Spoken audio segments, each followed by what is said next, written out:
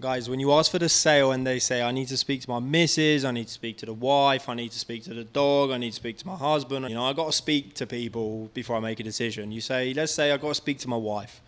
You say, Greg, I completely understand. Greg, do you mind me asking, what is your wife's name? Oh, my wife's name's called Alice. Oh, okay. Greg, what do you think Alice will say? And what happens is Greg's going to tell you something. Oh, I think she might be worried about the price.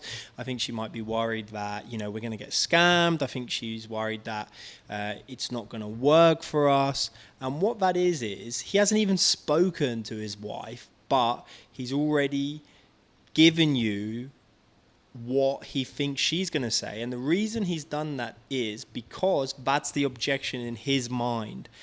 And he's saying, I need to speak to my wife because that's a smokescreen. That is just another way for him not to tell you the truth.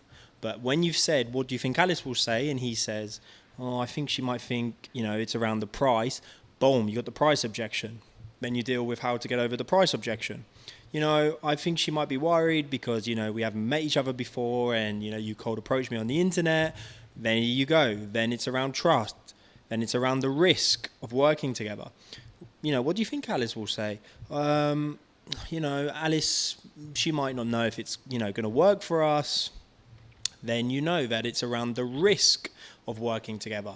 So, and I always like to ask their name because when you ask the name, it becomes a bit more personable. You've brought them into the equation.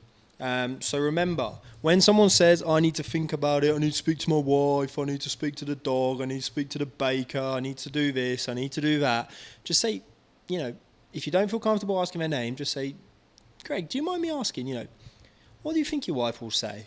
And then you get the real objection, and that's how you start to handle the real objection at play.